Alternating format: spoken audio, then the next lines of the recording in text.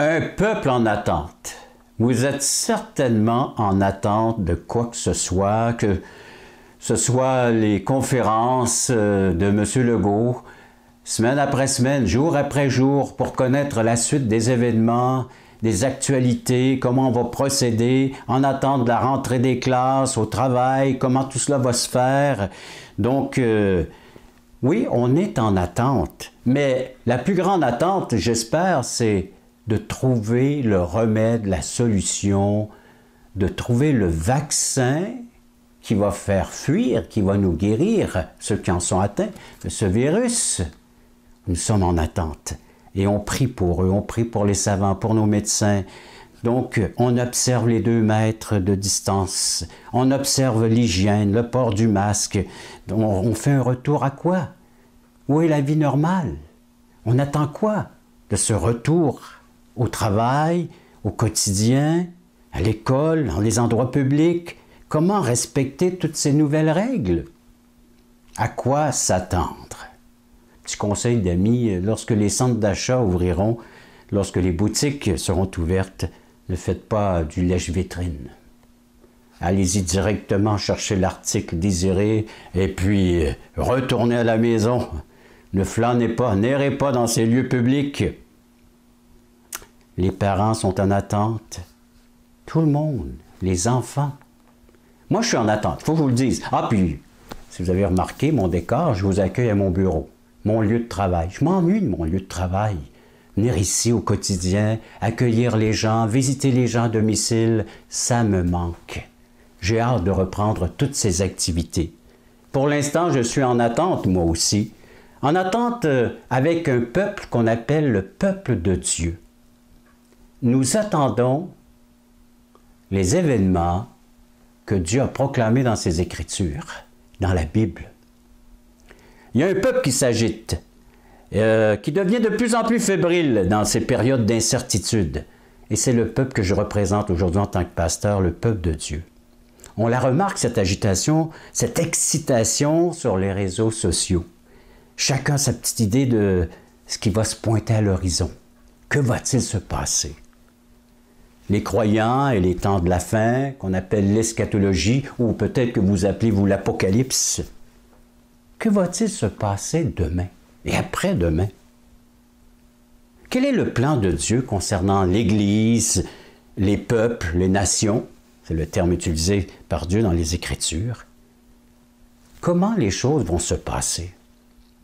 Le point culminant, l'attente culminante, si vous voulez, du peuple de Dieu, c'est le rendez-vous, le rassemblement de tous les véritables croyants avec le Seigneur Jésus-Christ, et cela pour l'éternité. Un élément crucial, un couronnement de toute l'histoire de l'Église. C'est l'œuvre de Jésus-Christ. C'est l'apothéose. Il y a une Église qu'on retrouve dans les Écritures, des lettres de l'apôtre Paul, qu'il écrit aux Thessaloniciens, les gens de Thessalonique. C'est l'Évangile qui fait son entrée en Grèce et en Europe, dans un contexte d'hostilité. Acte 16 et acte 17, vous pourrez lire l'histoire de comment l'équipe missionnaire a introduit l'Évangile dans cette région du monde. Un endroit qui a suscité de la jalousie de la part des Juifs dans leur synagogue. De savoir que les non-Juifs accueillaient la bonne nouvelle de Jésus-Christ, accueillaient l'Évangile. Donc, c'était pas la bienvenue, la bonne nouvelle à Thessalonique, chez certains d'entre elles, de ces personnes.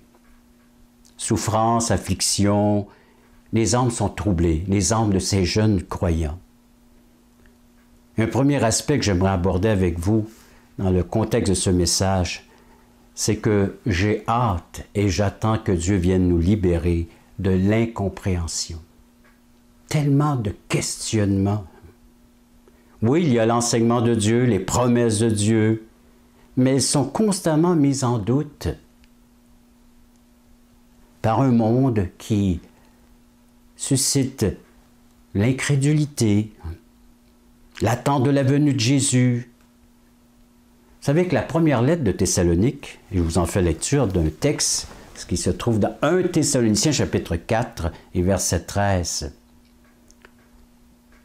Ces croyants attendaient la venue du Seigneur. Chose promise, enseignée depuis le livre des Actes. Le livre des Actes nous dit que le Seigneur reviendra de la même manière qu'il est parti, donc sur des nuées. Et tout de suite, le questionnement est suscité parmi les premiers croyants de Jérusalem, tout comme ceux de Thessalonique. Alors, jusqu'à quand cette attente? Jusqu'à quand tu reviendras pour rétablir de l'ordre? Et cette terre en a bel et bien besoin de l'ordre. Alors, au verset 13 de 1 Thessaloniciens chapitre 4, Paul va consoler, réconforter. Le questionnement, c'est si Jésus revient, et nous l'attendons de notre vivant, comment se fait-il qu'il y en ait parmi nous qui sont morts? Alors qu'arrivera-t-il à ceux qui sont morts et qui ne seront pas présents lors de la venue de Jésus-Christ? Tout un questionnement. Nous attendions le Seigneur, tous ensemble. Certains d'entre nous sont décédés, sont morts, ils sont enterrés. Alors qu'arrive-t-il maintenant? Et écoutez bien la réponse.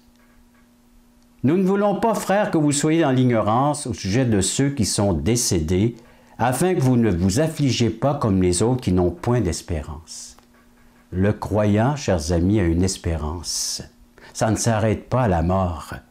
Verset 14, « Car si nous croyons que Jésus est mort et qu'il est ressuscité, croyons aussi que Dieu ramènera par Jésus et avec lui ceux qui sont décédés. » Alors voilà la réponse.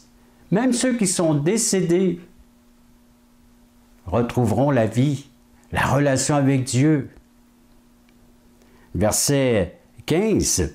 Alors, ce que nous vous déclarons d'après la parole du Seigneur, nous les vivants restés pour l'avènement du Seigneur, ou le retour de la présence du Seigneur, nous ne devancerons pas ceux qui sont décédés. Car le Seigneur lui-même a un signal donné à la voix d'un archange et au son de la trompette de Dieu descendra du ciel et les morts en Christ ressusciteront premièrement. Alors ceux qui sont décédés dans la foi dans le Seigneur Jésus-Christ reprendront vie, retrouveront leur corps, seront ressuscités. Dans 1 Corinthiens 15, il nous est dit que c'est un corps incorruptible, immortel, qui reflètera la gloire du Seigneur Jésus-Christ. Tout le chapitre 15 nous en parle.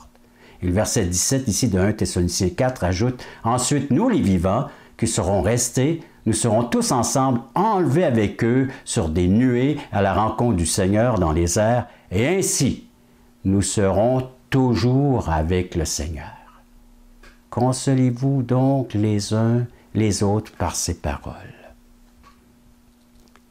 Voyez-vous, le croyant, son attente, à travers donc l'incompréhension, à travers les troubles, à travers l'insécurité, à travers ce que nous sommes en train de vivre, c'est le retour du Seigneur qui est rassurant. Le Seigneur revient chercher ceux qui lui appartiennent, ceux qui l'ont accueilli comme Sauveur et Seigneur de leur existence et de leur éternité. L'attente dans la venue de Jésus, de se retrouver tous ensemble. Ça fait 45 ans que je suis croyant. Et j'ai vu les aînés, ceux qui étaient là avant moi, avoir cette espérance en eux. Ils me disaient, en tant que jeune croyant, « Régent, le Seigneur revient bientôt. Le Seigneur va revenir rapidement. » Et tous ces gens sont décédés. Ceux qui étaient là avant moi. Et maintenant, c'est moi qui suis un aîné dans l'Église. Et je leur dis aux jeunes, « Oui, le Seigneur revient bientôt. Il va revenir rapidement. » C'est notre consolation. Il y aura le grand rassemblement dans les lieux célestes, dans le paradis, dans le ciel, dans la demeure que Dieu est parti nous préparer à tous et chacun, comme précise l'évangéliste Jean dans le chapitre 14. Le Seigneur revient bientôt. La question pourrait être celle-ci, es-tu prêt? Es-tu prêt au retour de Jésus-Christ? C'est un message de consolation. Comme il a dit Paul, ne soyez pas dans l'ignorance. Quelques-uns le demeurent parce qu'ils refusent par leur incrédulité de croire et d'accepter ce message que le Seigneur va revenir un jour chercher les siens. Alors oui, il y a une attente. Pensant que Paul avait peut-être résolu le problème, eh bien non. Dans la deuxième lettre aux Thessaloniciens, il y a encore du trouble chez ces croyants. L'âme est encore plongée dans le désespoir, dans le chagrin, dans l'abattement, dans l'accablement même. Et pourquoi? Bien, lisons un texte Alors, deuxième épître aux Thessaloniciens. Et le Seigneur revient à la charge par l'entremise de son serviteur Paul pour encore consoler, réconforter, parce que nous aussi, on pourrait se dire comme les Thessaloniciens après avoir été ébranlés dans leur foi. Alors lisons ce qui les a ébranlés dans leur croyance. Deuxième épître de Paul aux Thessaloniciens, chapitre 2, verset 1er. Pour ce qui concerne l'avènement de notre Seigneur Jésus-Christ. Alors, on a vu tantôt que l'enlèvement des croyants, mais maintenant, le Seigneur va revenir pour un autre aspect. Le Seigneur Jésus-Christ et notre réunion avec lui, nous vous prions, frères. Alors, donc, il annonce cette réunion, encore une fois, pour les rassurer. Mais au verset 2, de ne pas vous laisser facilement ébranler dans votre bon sens et ne pas vous laisser troubler soit par quelque inspiration, soit par une parole ou par une lettre qui semblerait venir de nous, comme si le jour du Seigneur était déjà là. Que personne ne vous séduise d'aucune manière, et là il va énumérer des événements qui précéderont le retour du Seigneur Jésus-Christ, son retour en gloire. Donc, ces croyants avaient été troublés par des informations, d'autres sources d'informations venant non plus de Paul, mais d'ailleurs de d'autres sources d'inspiration, de d'autres paroles, et il semblerait même d'avoir falsifié des lettres signées, alors donc du nom de Paul, pour venir troubler ces croyants. Replongés dans un contexte de souffrance, déjà ils avaient de la pression, de l'oppression, de l'hostilité de l'extérieur, et maintenant de l'intérieur, troublés par des lettres, par des inspirations et des paroles qui ne s'accordaient plus du tout avec l'enseignement de l'apôtre Paul, qu'elle est même en contradiction. Ils attendaient la délivrance, et là maintenant ils sont oppressés, ils sont chagrinés parce que la lettre leur disait que le Seigneur était déjà revenu. Alors comment se fait-il si le Seigneur est revenu, nous sommes encore en train de vivre l'oppression, l'hostilité? Où est notre espérance? Dieu nous aurait-il oubliés? L'inconfort. J'ai hâte que l'Éternel Dieu, que Dieu nous libère de l'inconfort. C'est la vérité, c'est la grande importance, l'avènement de notre Seigneur Jésus-Christ, notre réunion avec lui, notre rencontre, notre rassemblement. C'est une réelle attente à la délivrance, une espérance acquise par Jésus, sa résurrection, pour et envers les siens. Et dire qu'il y a des gens qui s'en privent, qui s'excluent par leur incrédulité, leur entêtement, leur endurcissement même. Donc, replonger dans un contexte de souffrance, d'affliction, de tristesse profonde, d'abattement, de détresse, de peine. Où trouver un repos pour notre âme, pour notre être intérieur? Où trouver un certain bonheur, une façon de penser, de vivre positivement? Mais je peux vous dire, par expérience, qu'en dehors de l'Évangile, toutes ces autres sources nous conduisent à de fausses délivrances, à de fausses joies, et vers une insatisfaction et l'abattement, l'accablement, le chagrin et même le désespoir. Donc l'apôtre Paul doit revenir à la charge. Il doit redonner confiance, redonner espoir au peuple de Dieu. Comment? En leur disant justement que c'était des faussetés. Ce n'était pas de l'information, mais de la désinformation qu'ils avaient reçue.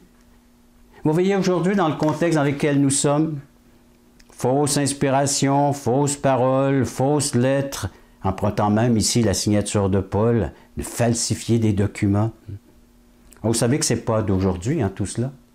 Si je recule dans le temps, je recule dans le premier livre de la Bible, Genèse, chapitre 3. Il y en a déjà un qui falsifiait les paroles de l'Éternel Dieu, qui remplaçait les paroles de vérité par un pur mensonge. Genèse chapitre 3, Oui, c'est l'histoire et les débuts de l'humanité, de la race humaine.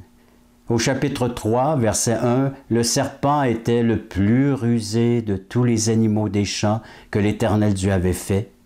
Il dit à la femme, Dieu a-t-il réellement dit? Voyez-vous encore une fois le doute?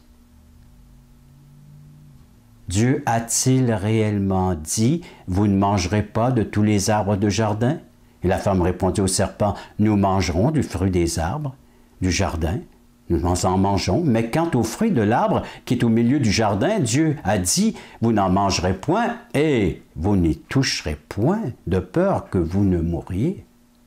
Alors le serpent, animé, on sait, par Satan, l'ange déchu qui s'était déjà rebellé, révolté dans les lieux célestes envers Dieu, pour usurper et prendre la place de Dieu, alors se manifeste maintenant au sein de la race humaine, représentée par Adam et Ève. Alors ce serpent, animé de ses forces, de ses puissances de séduction, il dit à la femme, vous ne mourrez point. Mensonge. Mais Dieu sait que le jour où vous en mangerez, vos yeux s'ouvriront et que vous serez comme Dieu, connaissant le bien et le mal. Et la femme vit que l'arbre était bon à manger, agréable à la vue, et qu'il était précieux pour ouvrir l'intelligence. Elle prit de son fruit et en mangea. Elle en donna aussi à son mari, qui était auprès d'elle, et il en mangea. Et les yeux s'ouvrirent, oui, et ils firent connaissance du bien et du mal. Et la honte s'installa, les troubles s'installa, l'inconfort s'installa au sein du couple et dans leur relation envers Dieu. À nouveau troublés aujourd'hui, les croyants de Thessalonique, ébranlés par les fausses informations sous diverses formes, en qui avoir confiance? Le Seigneur est venu, c'est ce que ces lettres nous annoncent, et rien n'a changé, du pareil au même. La pression, de l'oppression, l'inconfort, de plus en plus intense cet inconfort.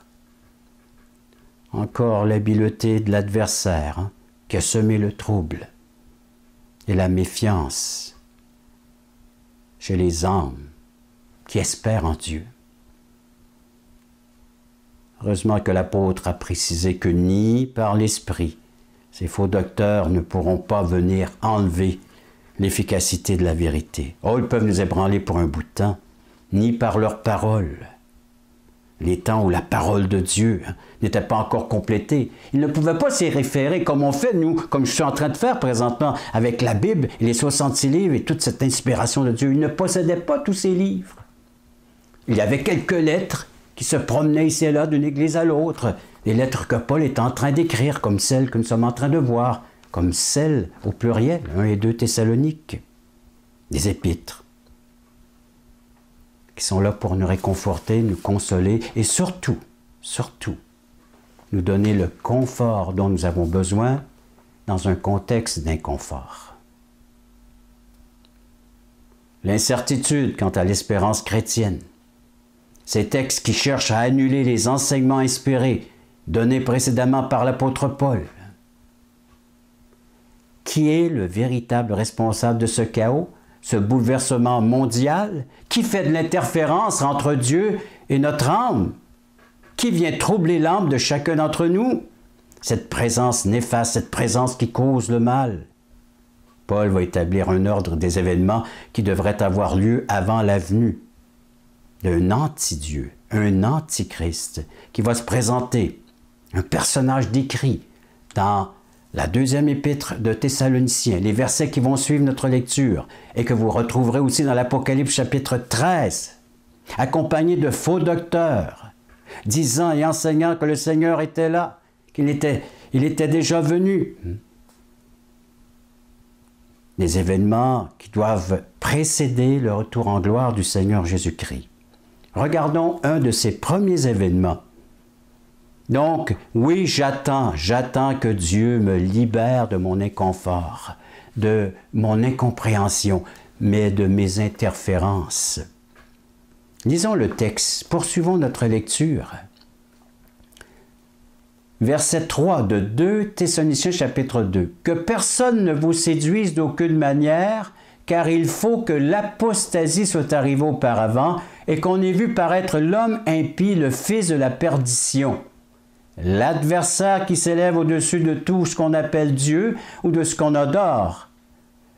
Il va jusqu'à s'asseoir dans le temple de Dieu, se proclamant lui-même Dieu. Et ici, il y a un rappel amical, verset 5.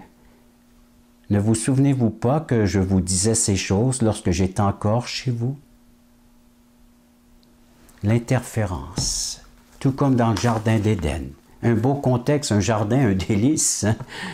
Et pourtant, le trouble s'y est installé. Et aujourd'hui encore, au sein de l'Église de Thessalonique, le trouble s'est installé. Et on peut se référer certainement à ces troubles. Donc, l'apostasie. Savez-vous que c'est un terme militaire, politique, qui veut dire déserter, quitter, abandonner? Dans 1 Timothée chapitre 4, verset 1, Paul précise que plusieurs abandonneront la foi ou l'enseignement du Christ dans les derniers jours, abandonneront même son autorité pour s'attacher à des fables, à des histoires, à toute autre chose. La parole de Dieu ne sera plus l'autorité reconnue pour dicter la conduite, et même de certains croyants. Une adhésion superficielle sans avoir expérimenté la régénération ou la nouvelle naissance, des chrétiens que de nom, tel que l'enseignement du Christ donné à Nicodème, Jean chapitre 3, il faut que vous naissiez de nouveau. Une autre question que j'aimerais vous poser, êtes-vous né d'en haut? Êtes-vous né de nouveau? Avez-vous l'assurance, la certitude d'avoir cette nouvelle naissance, d'être habité par l'Esprit de Dieu? Sinon, ça sera vraiment facile pour l'ennemi de vous ébranler. Vous savez, lorsque nous parlons de la chrétienté, il est nécessaire de bien distinguer entre ce qui est vrai et ce qui ne l'est pas. Entre ce qui a de la valeur aux yeux de Dieu et ce qui n'en a pas. Nombre de gens aujourd'hui se nomment chrétiens, sans avoir une foi véritable et sans posséder la vie divine. Dieu reconnaît ceux qui sont siens. Mais il voit aussi ceux dont il est dit qu'ils ont la forme de la piété, comme précise Paul dans 2 Timothée chapitre 3, verset 5. Tout en reniant ce qui en fait la force de la piété. Oui, il y a de l'intimidation, il y a de l'irritation, il y a de l'imitation. Tout ça fait de l'interférence chez nous. Comment est-il décrit cet homme qui va venir sur la terre, régner sur tous les hommes, encore une manifestation des puissances des ténèbres? Avez-vous remarqué, si on poursuit cette lecture, à partir du verset 6, « Et maintenant vous savez ce qu'il retient sans qu'il ne paraisse qu'en son temps, car le mystère de l'iniquité agit déjà, il faut seulement que celui qui le retient encore ait disparu. » On reviendra à ces textes tantôt. « Et alors paraîtra l'impie que le Seigneur Jésus détruira par le souffle de sa bouche et qu'il écrasera par l'éclat de son avènement. L'apparition de cet impie se fera par la puissance de Satan, avec toutes sortes de miracles, de signes et de prodiges mensongers, et avec toutes les séductions de l'iniquité, du mal, pour ceux qui périssent, parce qu'ils n'ont pas reçu l'amour de la vérité pour être sauvés. » Un personnage décrit aussi dans l'Apocalypse chapitre 13, ceux qui prennent des notes. Un personnage qui est décrit comme étant l'homme de péché. Cet homme sera l'incarnation du mal. Il n'acceptera aucune autorité au-dessus de lui.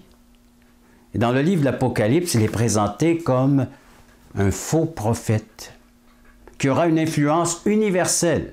Apocalypse chapitre 13, versets 11 et 12.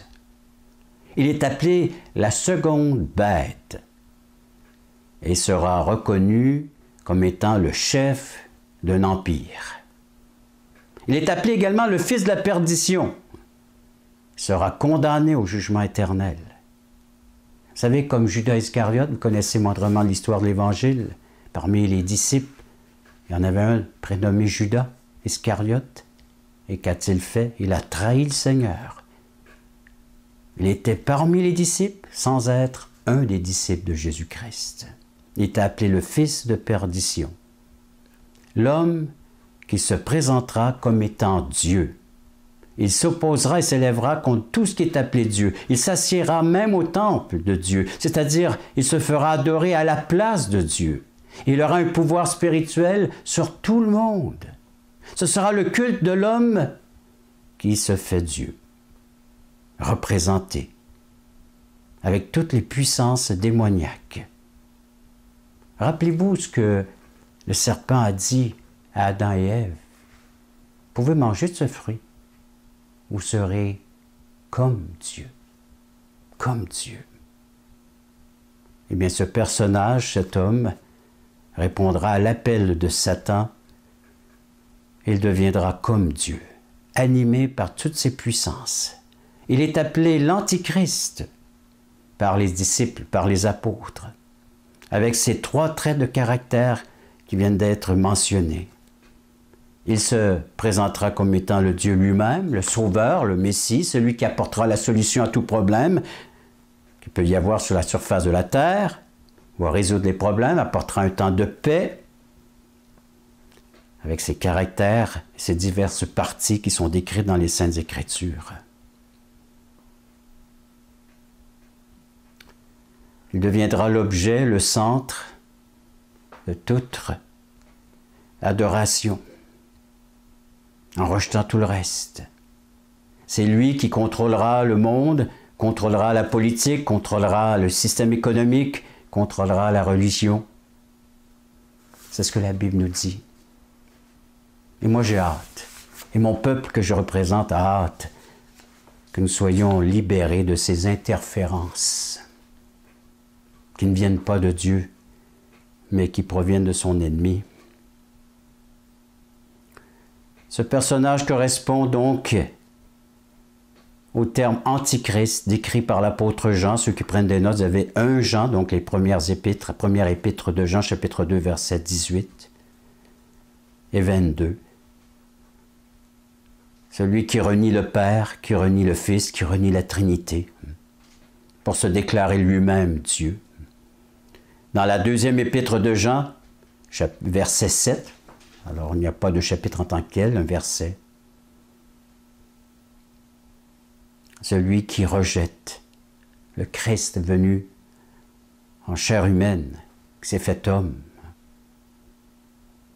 Celui qui rejette la vérité. Donc, en rejetant la vérité, il ne reste plus que le mensonge. En rejetant la vérité, les personnes qui rejettent la vérité ne peuvent qu'accepter le mensonge. Ceux qui rejettent continuellement la vérité devront finalement croire au mensonge. Vont se perdre dans le mensonge. Et voilà pourquoi il y a une intervention divine. J'ai hâte que Dieu vienne me libérer par ses interventions divines. Dieu intervient. Avez-vous remarqué? C'est ce qu'il nous dit au verset 11. Dieu leur envoie-t-il une puissance d'égarement, puisqu'ils refusent de croire à la vérité? Ils croient au mensonge. Dieu les livre. Et c'est ce que Dieu fait. C'est la colère de Dieu qui se manifeste. Vous ne voulez pas venir à lui pour accueillir la vérité, accueillir son Fils Jésus qui a dit « Je suis la vérité et la vie, nul ne vient au Père que par moi » Jean 14 et verset 6, la vérité. De prendre plaisir à la justice. Alors livré à l'injustice, condamné à l'injustice. C'est le temps de la grâce, chers amis. Vous pouvez croire en ce que Dieu vous offre. Vous savez qu'est-ce que Dieu est en train de faire? L'image qui m'est venue quand j'étudiais ces textes, depuis quelques semaines, est assez bizarre, est assez drôle, hein? Mais c'est comme s'il y avait une faille dans un barrage hydroélectrique. Il y a une faille. Et l'homme est assez puissant pour y mettre le doigt et d'arrêter que l'eau s'écoule par cette faille, momentanément, et de dire aux gens, sauvez-vous, sauvez-vous, le barrage va céder, le barrage va céder. Et celui qui retient ça, comme je vous dis au verset auquel j'ai dit qu'on reviendrait, versets 6 et 7.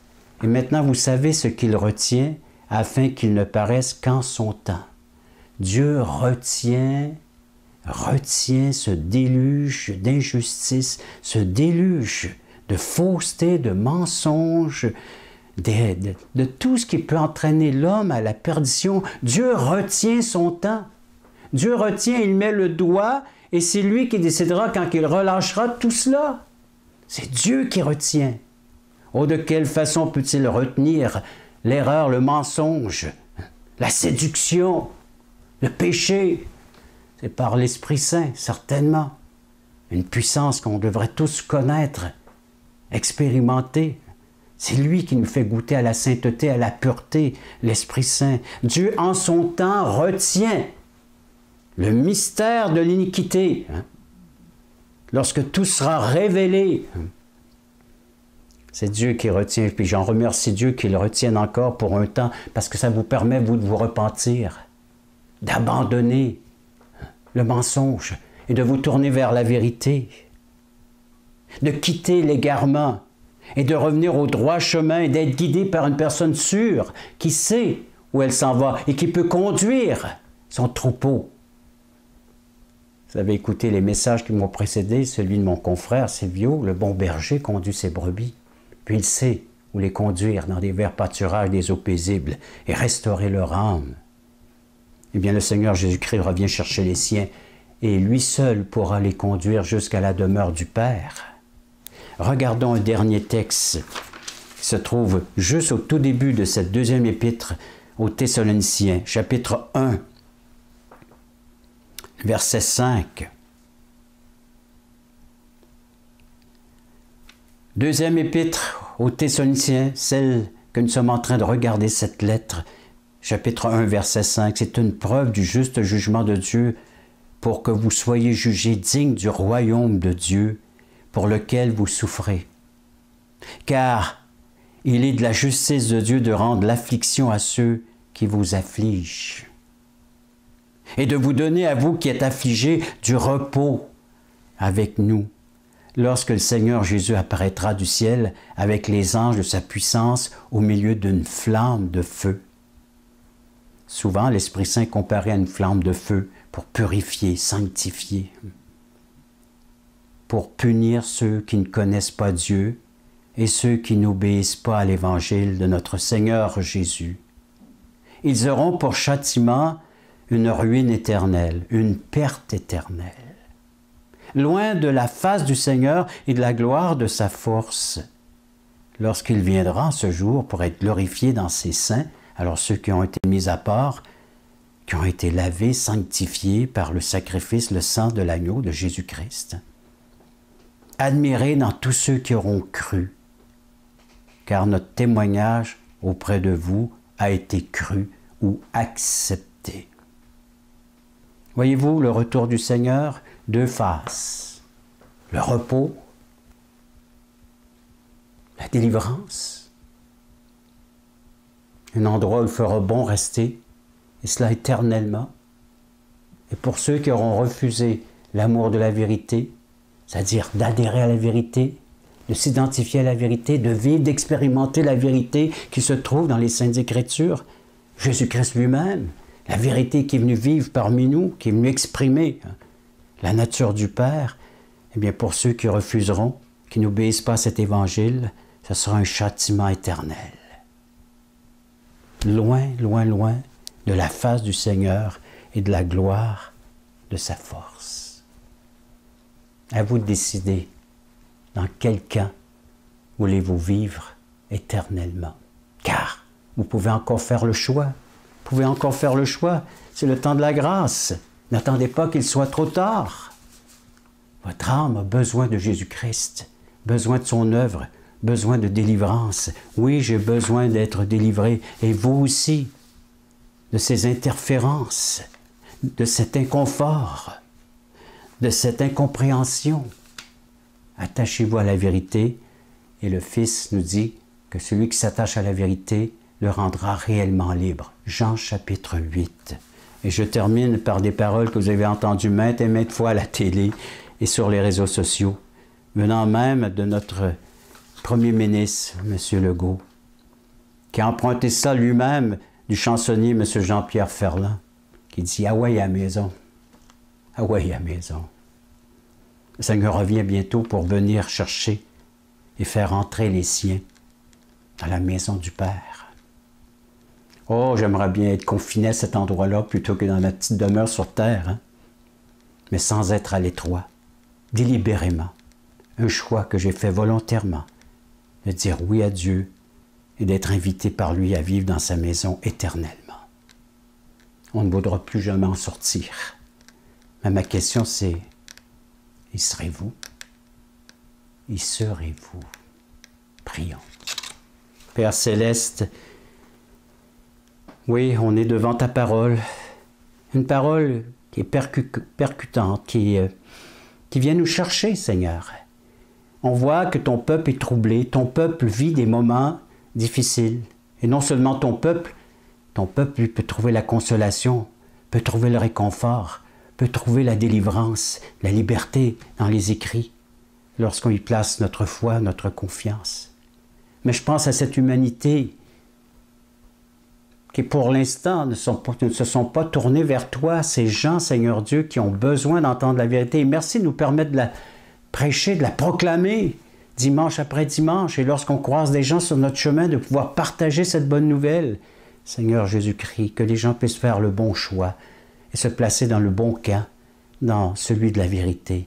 Avant que l'impie arrive, avant que cet être arrive, et qu'il se fera passer pour le Messie, pour le Sauveur du monde, alors qu'il viendra pour écraser cette humanité, la détruire complètement et entièrement. Et si tu n'étais pas là pour retenir tout cela, Seigneur Dieu, il y a fort longtemps que ces choses auraient été réalisées et faites. Mais en ton temps, Seigneur, merci encore que je puisse être dans ta main ainsi que ton peuple et que ceux qui choisiront, à partir de ce message, d'être réfugiés, d'être à l'abri, d'être en sécurité, que lorsque tu reviendras, Seigneur, tu prendras un premier temps les tiens, afin qu'ils soient éternellement avec toi et avec le Père, et un deuxième temps, revenir pour châtier, justement, punir et envoyer comme ça pour éternellement le mal et tous ceux qui n'auront pas accepté, qui auront refusé la vérité, de les placer loin de ta face, loin de toi, Seigneur Dieu.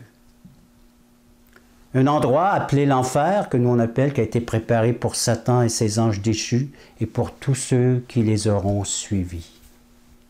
Seigneur, merci encore de cette grâce, de cet appel que tu fais, et que les gens puissent venir à toi, en grand nombre.